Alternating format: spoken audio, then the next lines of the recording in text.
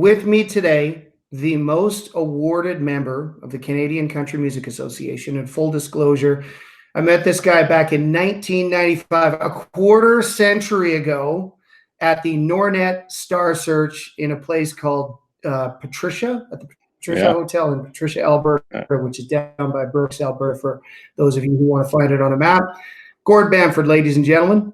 Hey, you got a good memory. Yeah, that was a pretty cool, I guess, start to my career. I mean, my mom actually, I don't think I could get in. I can't remember how old I was. Maybe just 18. I wasn't driving, anyways. My mom drove me to Patricia in her van that day, and that was the last. Kind of preliminary round of the Star Search, and then they'd had it in many different places. And the next stop was the finals in Olds. But so yeah, I ended up moving on that night, and that was a cool little place. I actually met a guy that night after I'd ended up winning that round. And this is a pretty cool story. Of course, I had to go to the washroom, so I just went in the washroom. This guy would kind of follow me in, which was a little weird, but he stopped me after the fact. We come out, and he's like, "I got to tell you something." And he'd had quite a bit to drink, and one day we're going to see you in the Saddle Dome. And he gave me this gold nugget that was in a chain. He said, "I want you to have this." I said, "I can't take that from you." And anyways, he gave it to me, and a number of years later, there I was playing the Saddle Dome, and this guy walked through the merch line. He said, "You remember me, the guy that gave you the gold nugget in Patricia at the hotel? I told you you'd be here." I'm like, "You got to be kidding me." So it was, it was pretty cool memory from that place for sure. Yeah. That's amazing. And that really got you started. Now, when you were rolling, obviously in the very beginning, you're covering material from other artists that you obviously looked up to, whether it was Sammy Kershaw or Joe Diffie or Alan Jackson. I remember some of your covers back then. At what point did you start to really go, all right, I got to write my own stuff? I gotta put music out that means something to me? Well, I mean, I was a singer, I never really played a guitar, so I picked that up late, I'm still learning at that, but and I never really had any idea about writing songs. So when I decided to, after that first song, that when I won that contest, the winner got a song on the radio, which to listen to today is quite comical, but since that day, kind of, put a band together, and, back in those days, you could play the club scene pretty much from right across Canada, and felt like that was a big part of who I am today. It's like, doing your thing every night of the week and trying to get better at it. It's like the minor leagues and trying to make it, right. But you get your 10,000 hours in, right? It's one of the things that I really miss about the club scene. At one point, you were just on the tail end of it, but I've told younger artists there used to be clubs running entertainment 5 to 7 days a week. So you could get in there with your band, do 4 to 5 sets a night, really understand how to read audiences, interact with them, interface with them, change up your set on the go. All of those things that now aren't necessarily available to these new artists who are coming out today. It really gave you guys, to some degree, a distinct advantage. Oh, I think 100% an advantage, especially on the getting comfortable on stage part and all the stuff you just talked about. But, back then, so that basically went and was going to cut my first record. I got a song sent to me by a guy by the name of Byron Hill, who at the time was producing Gary Allan and wrote, George Strait's first #1, Foolhardy Memory, and many other songs. Talking, Born Country, one of the best Alabama songs of all time. Lifestyle's Not So Rich or Famous, which was a good one. But Tracy Bird. he had sent me this song called God's Green Earth, because he was working with a Canadian guy by the name of Gil Grant at the time, and Gil was working with a guy by the name of Frank Davies, who's kind of a legend in our industry, who was a publisher. So getting back to the song, so a publisher, which I'm like, well, what's a publisher at that point? And well, a publisher was somebody that published songs and had songwriters and pitched songs to artists. And anyways, I got this song that way, and I recorded it, and it did well. And I just happened to was sifting through some comments, and there was a comment from this Byron Hill guy who I'd never met, who'd written the song, and he was basically saying, I'd like to meet this Canadian kid one day. He's, I haven't heard talent like this in a while, and yada yada yada. And anyways, I reached out to him, and kind of the rest is history. There, he took me under his wing and taught me how to write songs, I guess you can say. Kind of went to the school of writing songs, and I always compare it to a trade. Whether you're going to be a doctor, an electrician, or a welder. You go through your first, second, third, fourth year. You go to school for many, many years to become a doctor. The songwriting business to me was kind of like that, and I had a really good teacher. He was a great mentor to me, and taught me how to write songs, which, for me was, keep everything real simple. And then he produced a number of my records that really took me to where I'm at today. And, and then we parted ways, which was, really, really hard for both of us. I think harder on him. And it's been since the last year and a half that we've got back to normal. So unfortunately, the business side flared up a bit, and, it just didn't work out that way. But I would attest a lot of my success today, especially my songwriting and the way I write songs. I would give him a lot of credit for that. Well, sometimes the people and the situations that get you to where you are not the same motivational vehicles that are going to get you to where you want to go, right? Yeah. And I think that there's collateral damage sometimes in those transactions, and it's difficult on a business side because it does affect things personally. But you've also been in a good position where you've maintained this incredible longevity.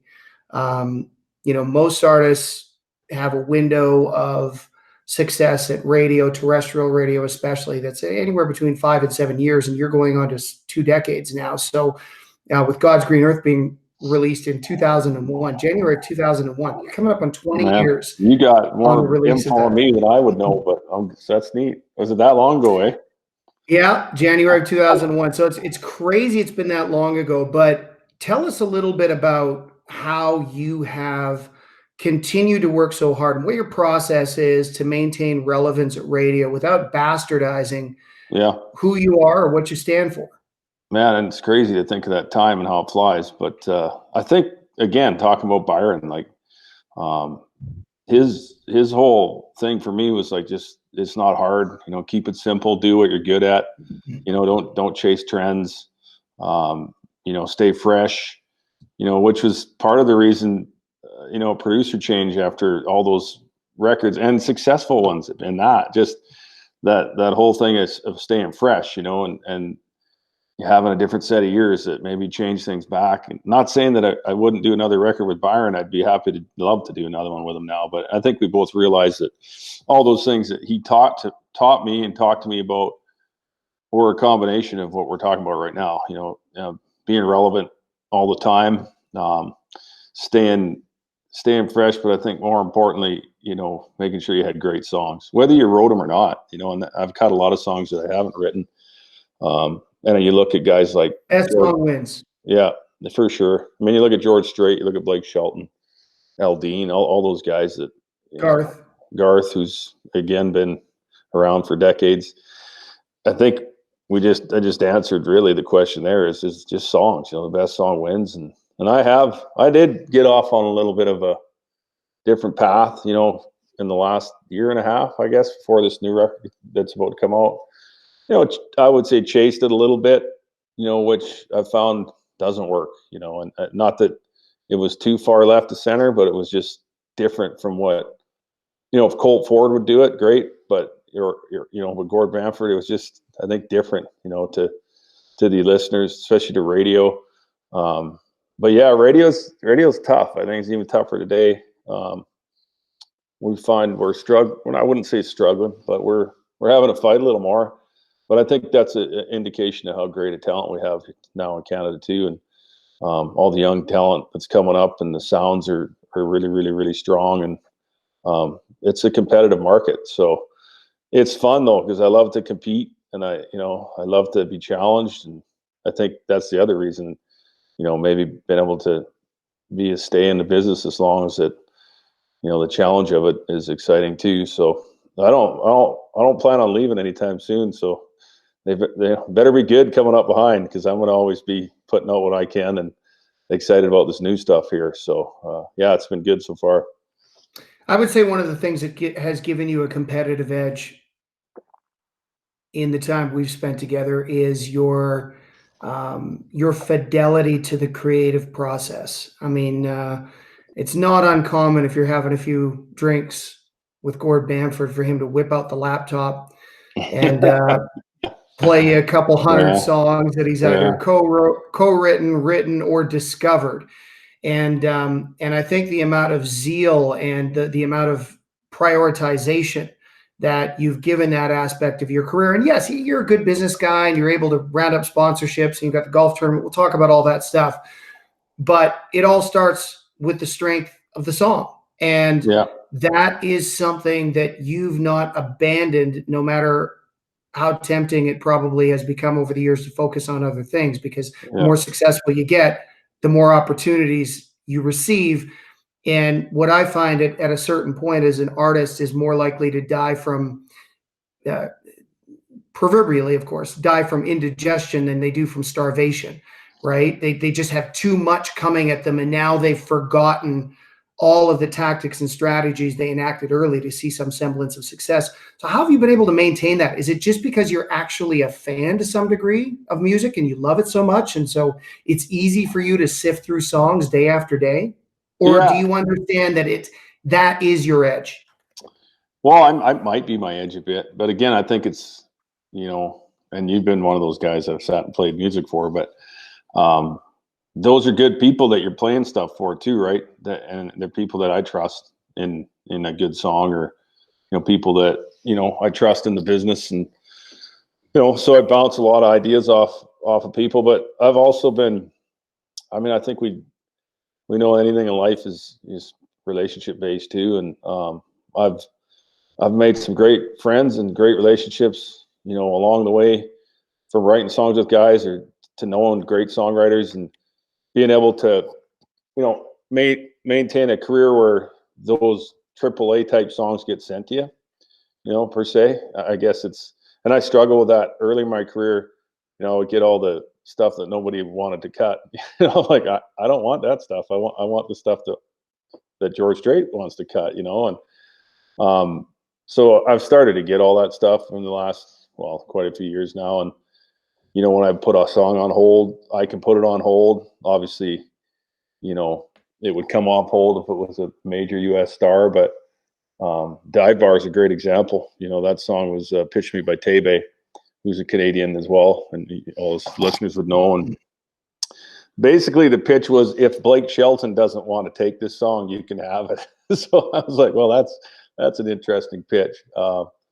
And he pitched it to me, and I right away said, man, I love this song. I'll cut it, you know. And just before we went to cut it, it got pulled because Blake wanted to record it, and then he didn't. So I got it back, and it went #1. So I think just having the capability of either writing those songs or co-writing those songs, or having a catalog of songs that are great songs, you know. And I've got a knack for coming back to stuff, maybe because I listen to them all the time, or I play them, like you said, Jim, to everybody all the time. But I've got a vault of songs that on this new stuff, we just cut like 40 new songs. Like, it's not new to me. I mean, I've had it back. I've had these things for 3 or 4 years sitting there waiting to cut, you know. So there's always some, you know, real honeypot ones sitting there to cut. And I think that, you know, people have said, you know, you got to, especially songwriters, like guys that write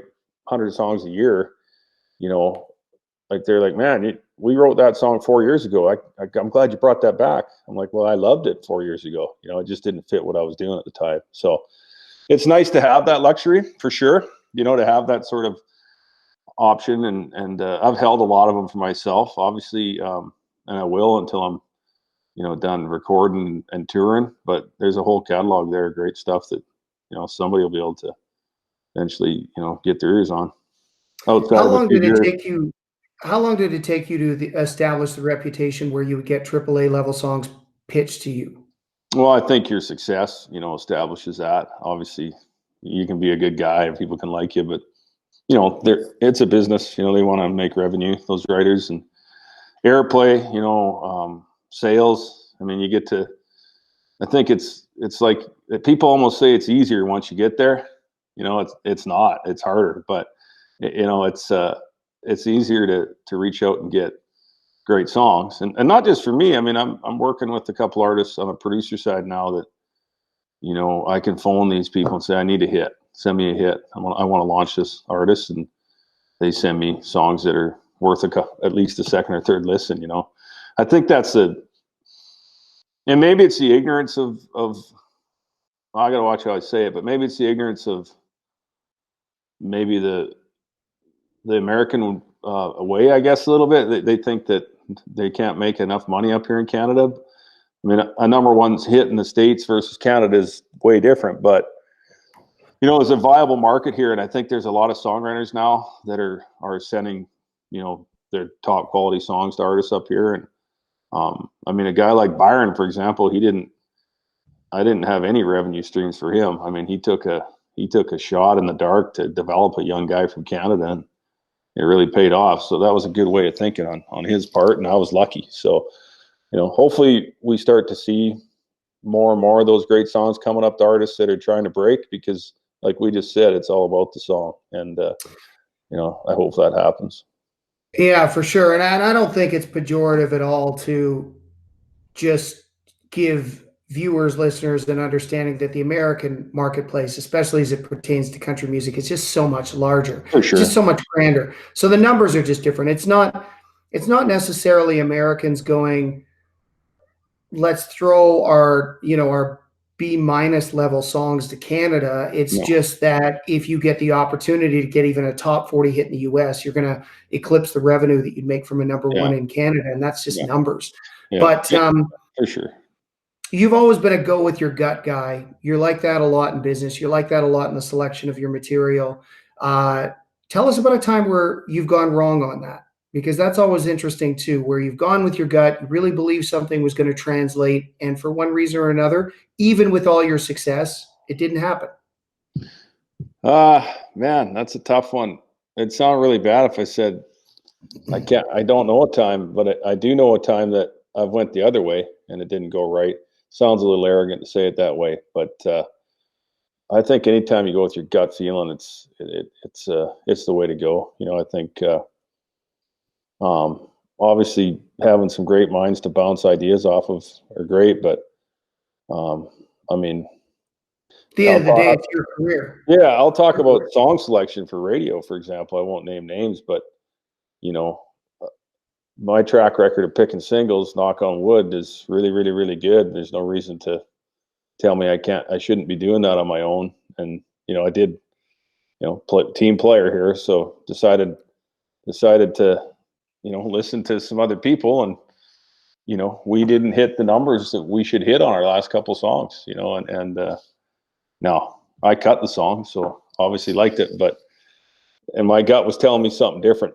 You know, so we're back to the gut feeling and, you know, what we should do, and, you know, doing really well with Diamonds in a Whiskey Glass, which is a Gord Bamford song, you know, and I think that's a song you've had a good feeling about for years. I think you played that song for me 3 years ago. Exactly. You've had it in the queue for a while. But no, it's always interesting, because I think a big cross section of the audience for this podcast are artists, a lot of artists, you know, who are trying to glean some information. And I think it's so encouraging for artists to understand that some of these struggles that they face the first few years of their career are some of the same struggles they're going to face 20 years in. Yeah, you know, it's just important for them to realize that and understand it, that you sort of never get over this hump where it's all easy and you get A-list or AAA level songs pitched to you and you cut them and they automatically go number one. That's a fallacy. It's always a bit of a struggle, and it's always a highly competitive marketplace. Yeah, for sure. And I mean, you artists can get those songs too, and nothing happens for them. You know, they got the combination of great songs and charisma and you know, relationships, which is what I would preach on a lot. You know, good relationships and being a good person. That all has to be there. You know, but, you know, being somebody that people want to buy a ticket for, or somebody that they want to support an event for. You know, you got to be a good person, you know, to make it really all come together. And you know what, I've made lots of mistakes in my life and done some stuff that I wish I wouldn't have done, you know, along the way. But for the most part, you know, just try to treat people with respect, and you know, you get what you give type thing. So I think that there's so much that has to go together to get to that level, you know, but the song's really important, and then it's what you do with it after that, and how you deal with it. And you know, if you believe in it, and things happen, really. Yeah, being the good person thing, the moral backbone of country music as it pertains to how it correlates with industry people and fans seems to be somewhat separate and different from other formats, I would say. You know, when you take a look at pop music, you've got a guy like Chris Brown, who's been convicted of beating up Rihanna. He's got a reputation that isn't great in that domain, and yet he still has #1 hits, sells out stadiums. I don't think you get that in country music. No, I mean, isn't that crazy though to think about that? I mean, yeah, he coasted through the Me Too movement. It was like, how the fuck did they not bring him down? Yeah, oh, and they should have. You know, it's just it's crazy stuff, man, out there that it's good for someone and not good for someone else. Maybe that's just our industry, though. We kind of got that, you know, that whole good guy persona or good girl persona in the, you know, that there's not many. I haven't run across many divas or assholes out there that I've been around. You know, it's a great genre, and I think you know, such a you know, the young kids are loving it, and it's like when I was family focused. Yeah, you know, it was like in the '90s when Garth came out. It was Garth and George and Alan, and you wore a cowboy hat, and like it was the best thing ever. And it feels like we're there again, outside of the cowboy hat. You know, sometimes it's a backwards hat on, ball cap on backwards or whatever. But you know, the industries, other than not being able to work right now with what we're going through, is alive and well. And for a guy like me, that's really exciting. You know, so. They talk about taking breaks in the marketplace to tour. Well, we'll be about 2 or 3 years on a break after this pandemic. So we're looking forward to getting out and playing some live music. There should definitely be a hunger in the marketplace for it. Now, when you started, Gord, there were lots of gatekeepers. You had to have labels, trackers, which we still need that today. But the gatekeeping system was much more refined. Now you've got artists, Robin Ottolini is a great example, who just got signed with Warner Nashville, a Canadian artist who had a song go viral on Spotify, I believe it was. You've got artists breaking on YouTube. From your perspective, is that an advantage or a disadvantage that now there are other means for people to get discovered?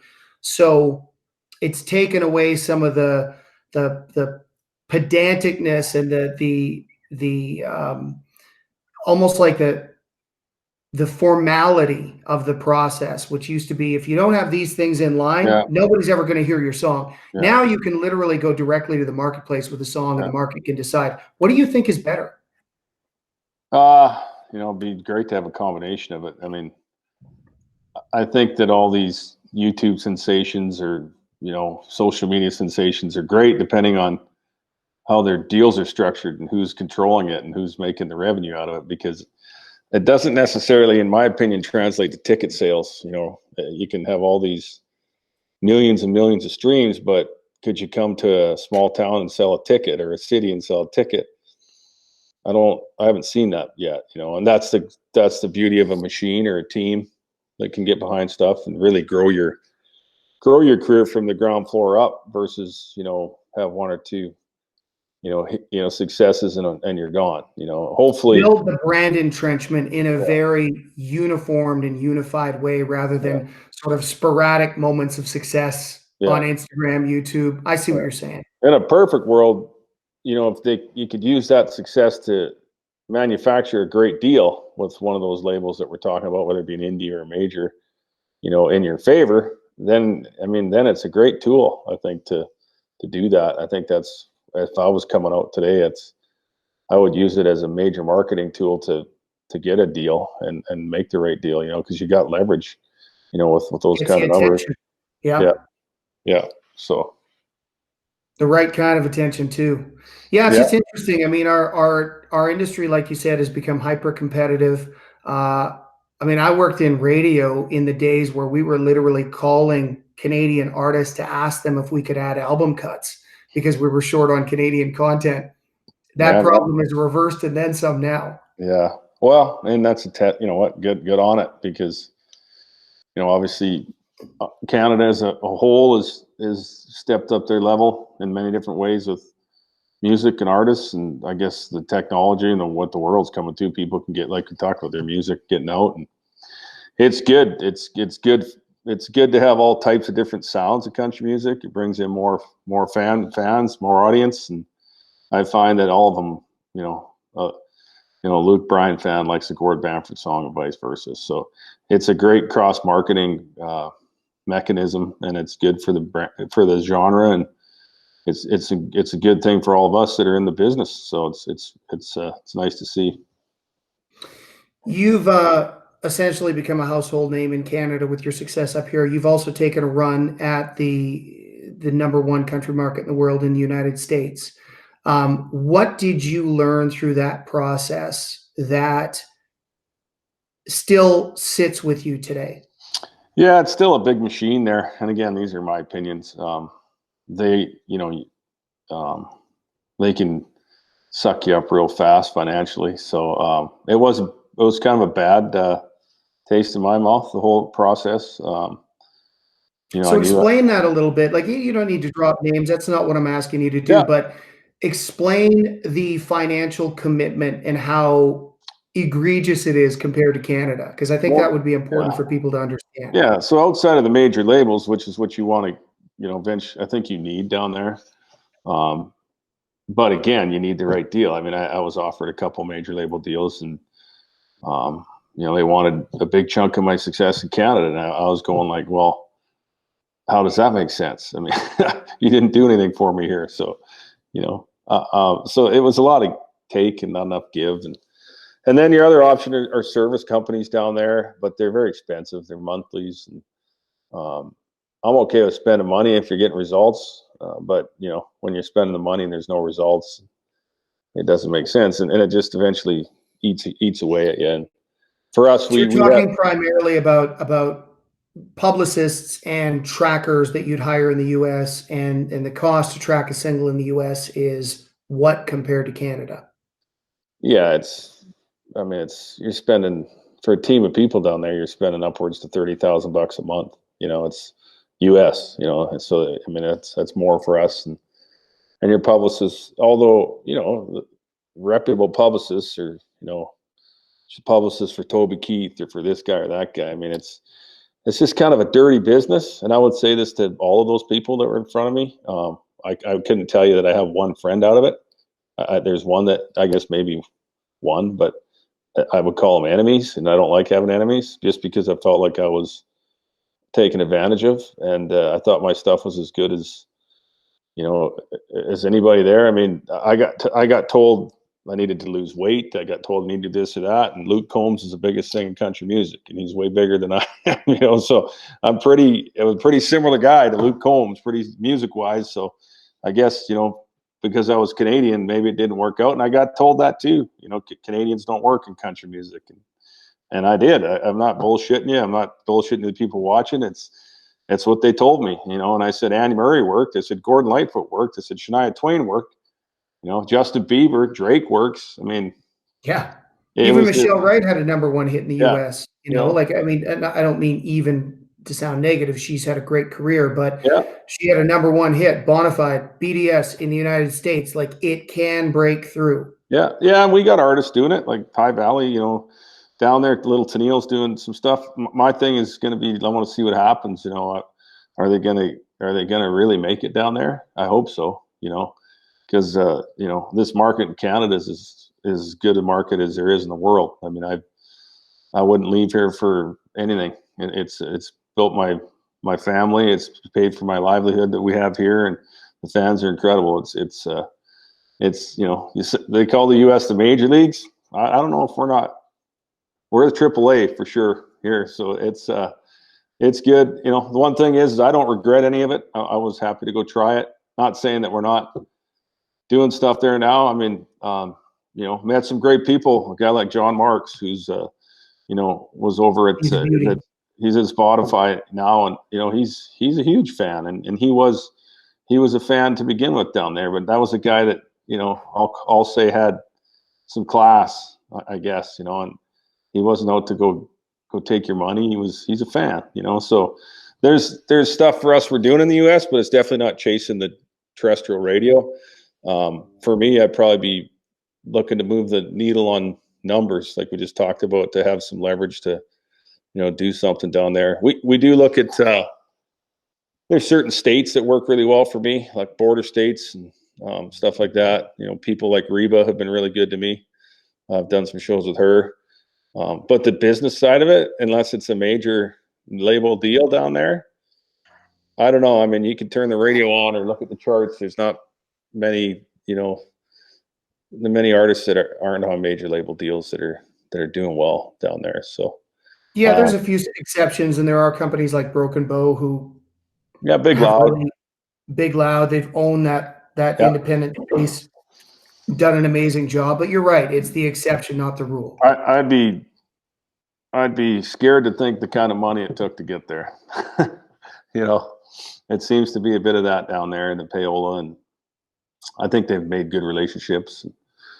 But yeah, I think those are the call them the indie labels. I mean, I would look at them more as a major with what they've done.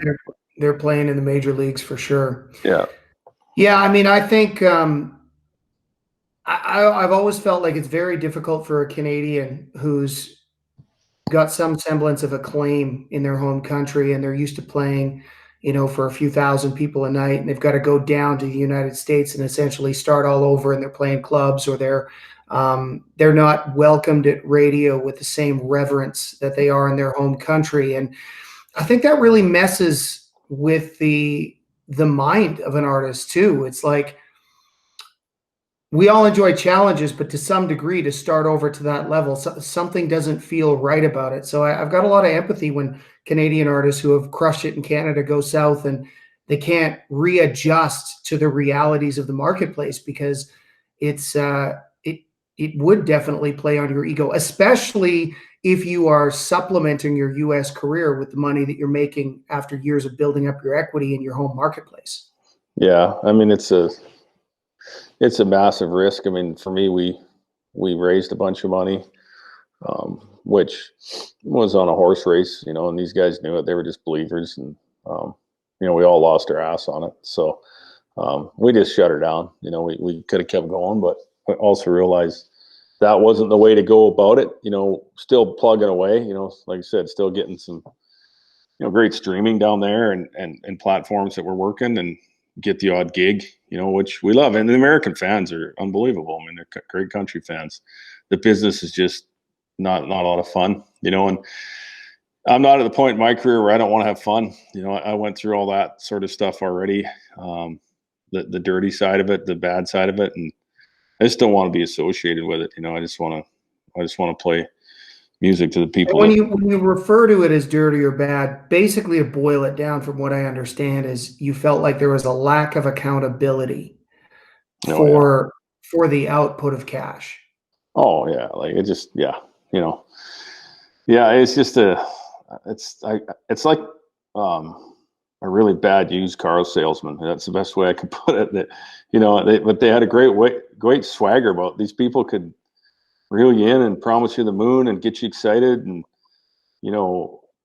get you fly over to Dallas or fly over to Chicago and buy the program director the best steak in America, and he's going to add your song, and it's all on your dime, right? And just all these empty promises. It's just right. And it wasn't that they didn't love it. Like, some of them loved it. I think their hands are tied too.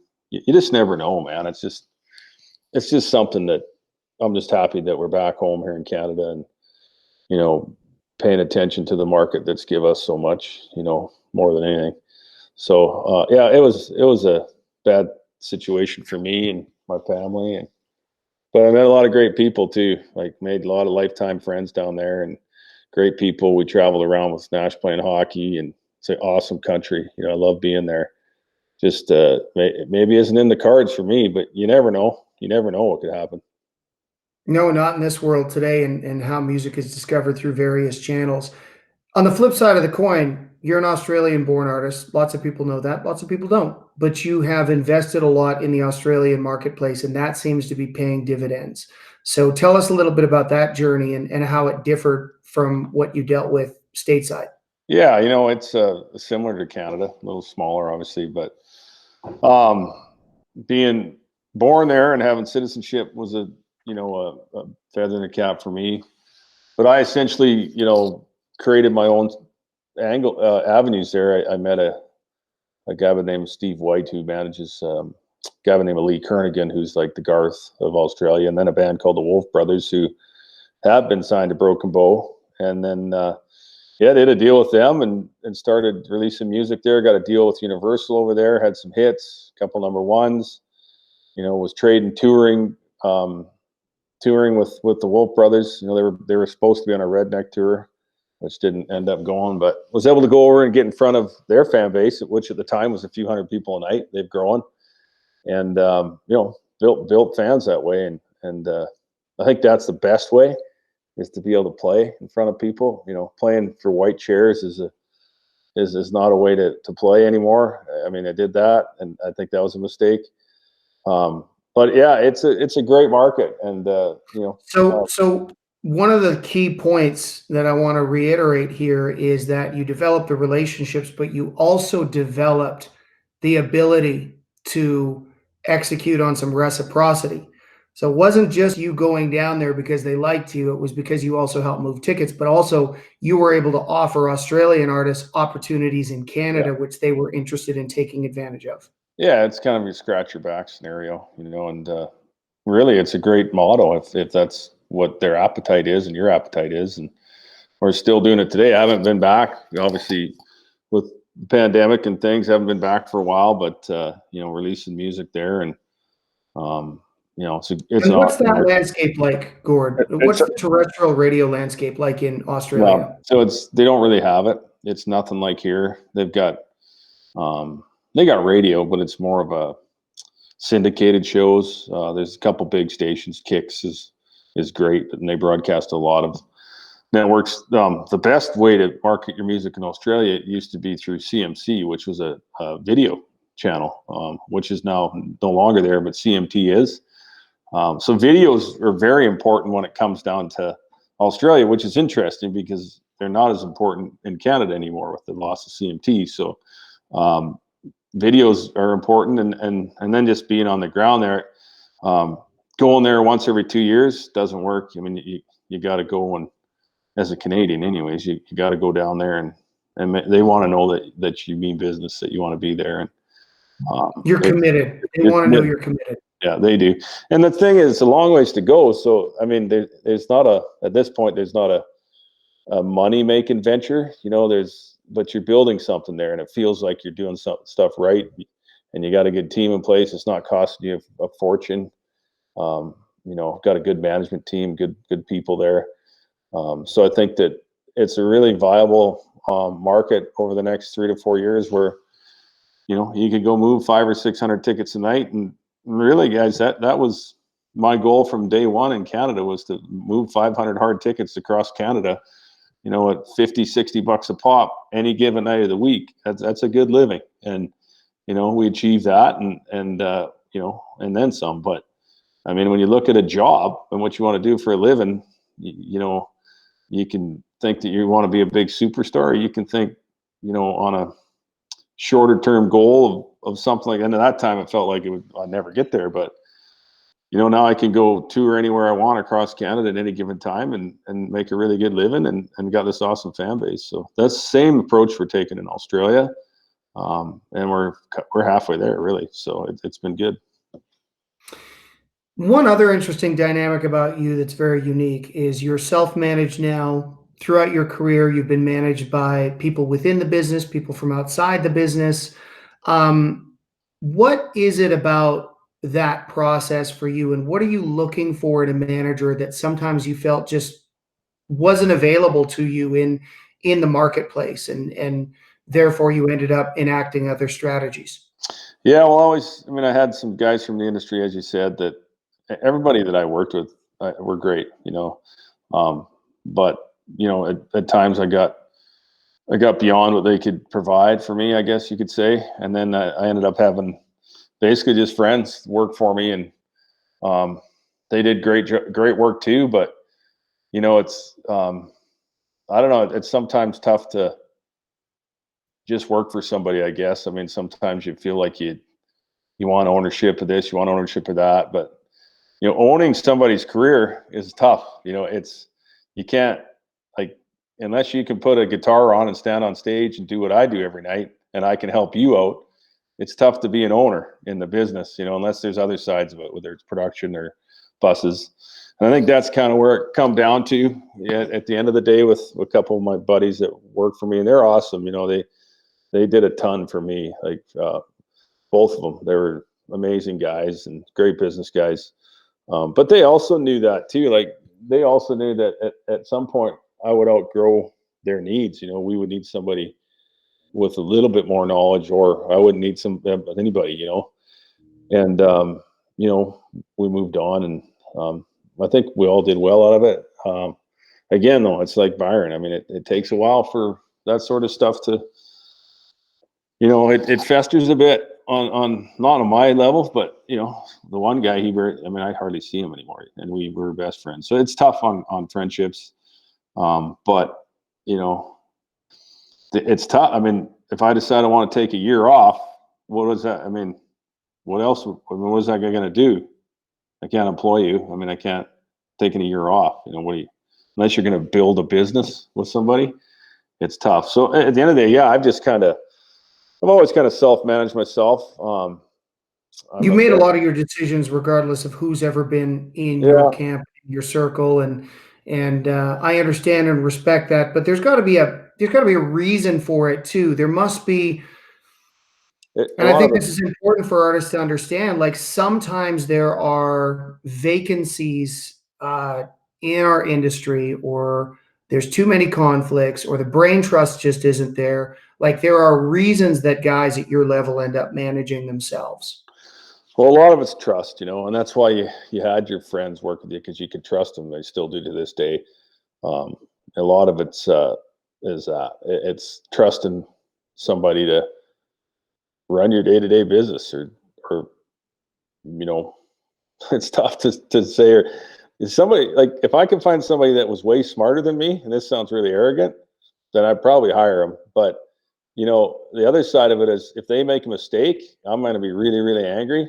I'd rather make my own mistakes so that I could just be angry at myself. I don't want something drastically happening that's detrimental to my career that was out of my control, when it's always in my control. It's something that, I guess it's just the way I'm wired, Jimmy. I mean, it's what I do. And now I have a great guy working for me. He's a day-to-day guy, vice president of the company, and he runs it.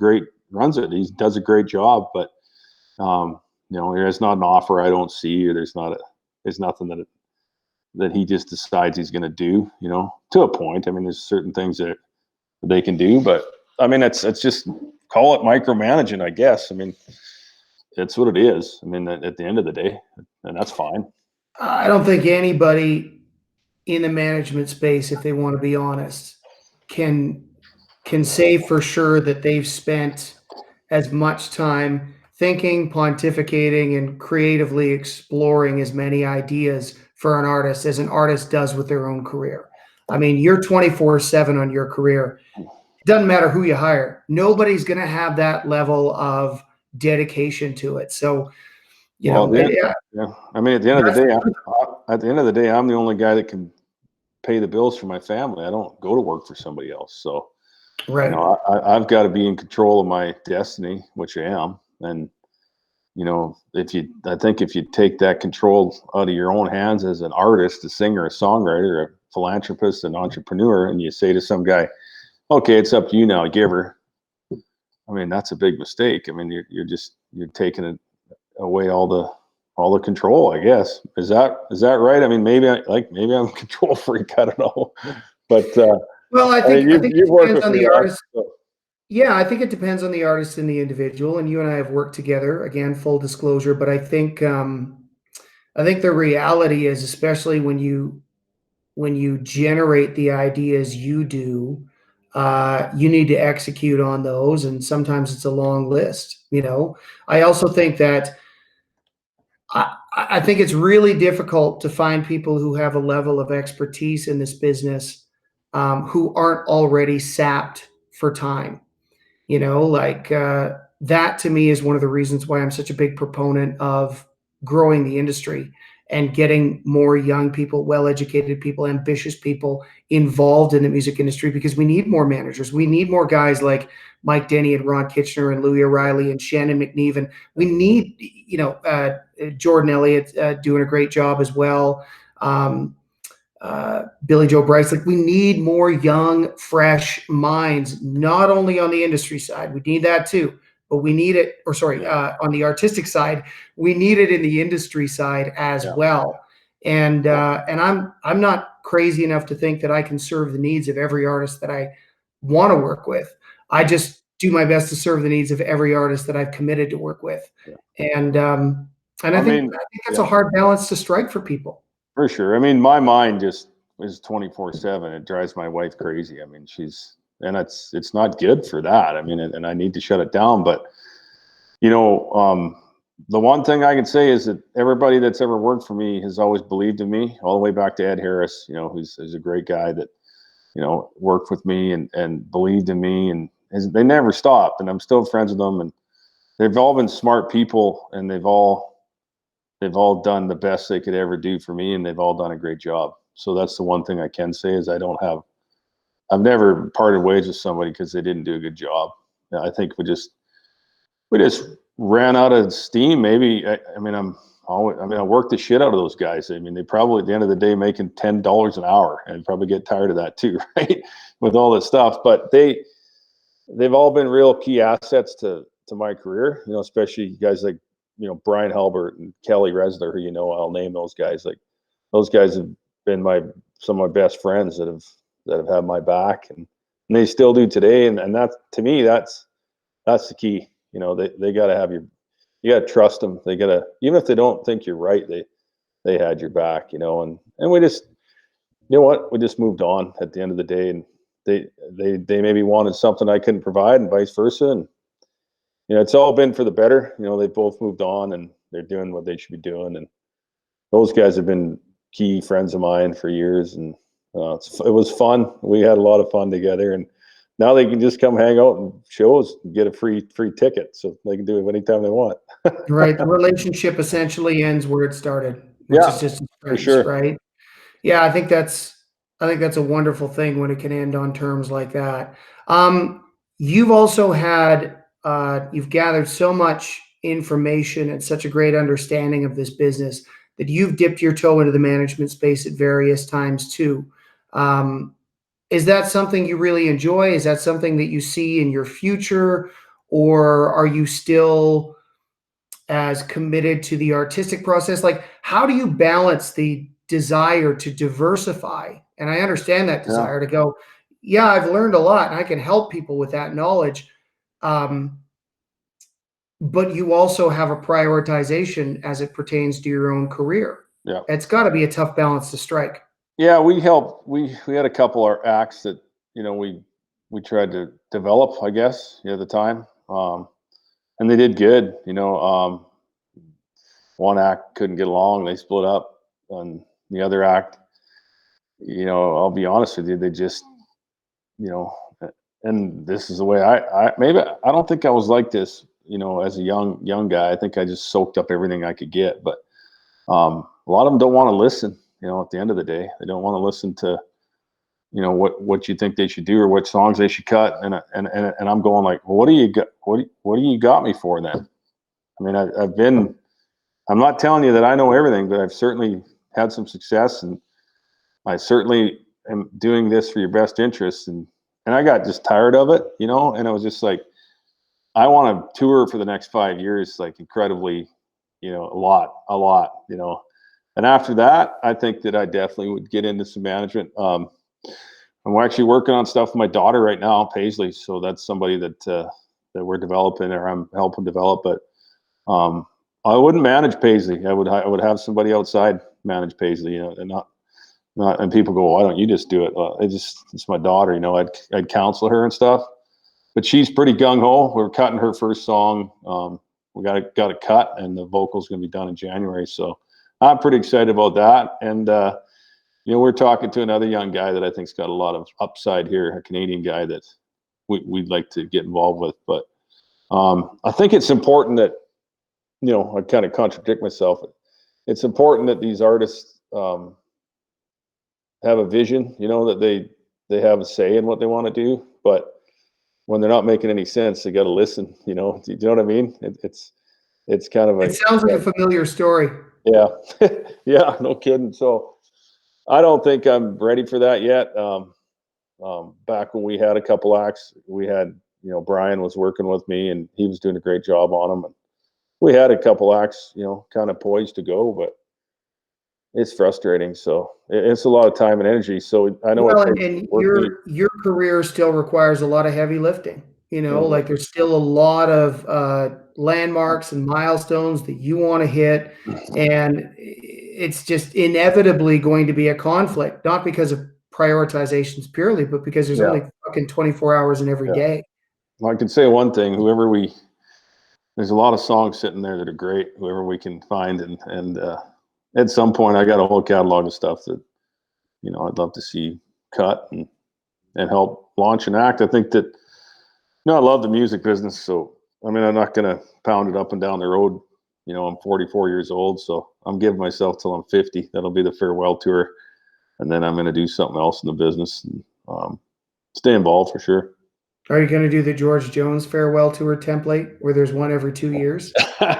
Yeah, you never know. If I don't budget right, I might have to do a few of them. Yeah, fair enough. So you're dropping a new album in March. Let's give that a little plug. Tell us a little bit about the journey and how you feel this album sets apart or sets from an artistic standpoint is maybe set apart from some of the stuff you've done in the past. Yeah, well, this stuff's coming back to the honky tonks and heartaches, country junkie type stuff. That's been really successful. Blame it on that red dress when your lips are so close. We cut I took last year off just to go in the studio and record music, not thinking to have this year off. So there's 40 some new songs and signed a new deal with Anthem Records, which has been great. And we've got had some stuff come out. Redneck was a real strong song for us, and Just Let Go kind of departed us a little bit. It didn't do what we thought. Well, it did what I thought. It didn't do what they thought was going to happen. And we pushed the album back with the pandemic, but we're set to go with basically a double album. So we're doing a Diamonds in the Whiskey Glass drops on March 5th, and then we're doing a deluxe whiskey album, which will coincide with a tour whenever we can put that together. We're hoping next fall, October, November, we'll release the second batch. So there's, I think, close to 25 songs coming out. But excited about it. It's the next single I'm really excited about, a song called Heaven on Dirt. And it's just vintage Gord Bamford, keep it simple stuff we talk about that people can relate to. And we hope that our fans love it, and we hope we continue to get more fans and get out on the road sooner than later. So excited about what's happening and putting this shitty year behind us. I think we all can, and look forward to the future. Man, I couldn't think of a better way to wrap this up. This hour just flew by. I got a lot of respect for you, man. You've done a lot of things right in your career, and you've been very honest with everybody throughout this process, and I really appreciate and value that because I think that's where the magic is, when somebody can hear that a guy at your level who's achieved as much as you achieved still struggles with some of the same issues you struggled with 20 years ago. Yeah. And things have gotten easier by and large, and your brand's entrenched. You've done a great job at staying relevant on terrestrial radio and creating great content in the social media and digital age. But at the end of the day, it's still a business, and there's still lots of obstacles and challenges. Yeah. Well, I appreciate you too, Jim. You're a good man and got a great family, and you know, do lots of great stuff with you. So I've seen you succeed too, just like I have over the years. So congrats on that, and have a great Christmas. Happy holidays to you and your family, and thanks for having me on this thing. It was cool. I could talk to you for another hour. It's just fun. I know. I loved it. We'll have you back on again. Let's have you on after the new album drops. I'd love to have you back, and good luck with everything in between now and then. Enjoy the downtime, and we'll chat with you in the new year. Thanks, buddy. Okay, take care. Take care.